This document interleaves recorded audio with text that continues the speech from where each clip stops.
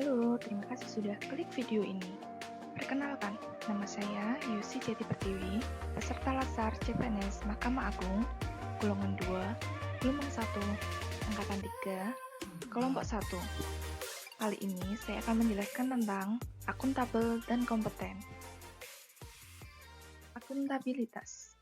Pengertian dari akuntabilitas adalah kewajiban setiap individu, kelompok, atau institusi untuk memenuhi tanggung jawab dari amanah yang dipercayakan kepadanya. Core value ASN berakhlak dalam konteks akuntabilitas. 1. Kemampuan melaksanakan tugas dengan jujur, bertanggung jawab, cermat, disiplin, dan berintegritas tinggi. 2.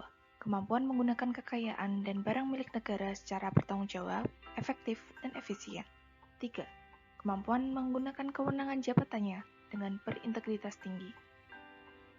Panduan perilaku akuntabel. 1. Akuntabilitas dan integritas. Menurut Anne Everett 2016, akuntabilitas dan integritas adalah faktor yang sangat penting dimiliki dalam kepemimpinan. Integritas menjadi hal yang pertama harus dimiliki oleh seorang pemimpin ataupun pegawai negara yang kemudian diikuti oleh akuntabilitas. 2. Integritas dan anti korupsi. Integritas adalah salah satu pilar penting dalam pemberantasan korupsi. Dalam bahasa sehari-hari di masyarakat, integritas bisa pula diartikan sebagai kejujuran atau ketidakmunafikan. 3. Konflik kepentingan. Artinya, suatu keadaan sewaktu seseorang pada posisi yang diberi kewenangan dan kekuasaan untuk mencapai tugas dari perusahaan atau organisasi yang memberi penugasan, sehingga orang tersebut memiliki kepentingan profesional dan pribadi yang bersinggungan. 4. Pengelolaan gratifikasi yang akuntabel. Gratifikasi merupakan salah satu bentuk tindak pidana korupsi. 5. Membangun pola pikir anti korupsi. Dalam konteks kehidupan sehari-hari, tanggung jawab moral dalam memegang teguh prinsip akuntabilitas dan integritas adalah bagian dari pola pikir anti korupsi. 6.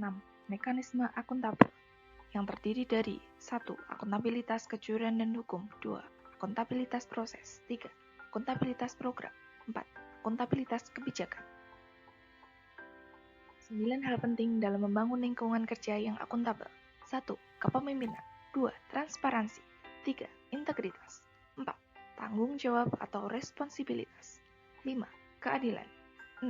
Kepercayaan. 7. Keseimbangan. 8. Kejelasan.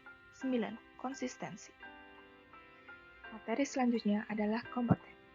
Pengertian dari kompeten adalah kemampuan yang dibutuhkan untuk melakukan atau untuk melaksanakan pekerjaan yang dilandasi oleh pengetahuan, keterampilan, dan sikap kerja.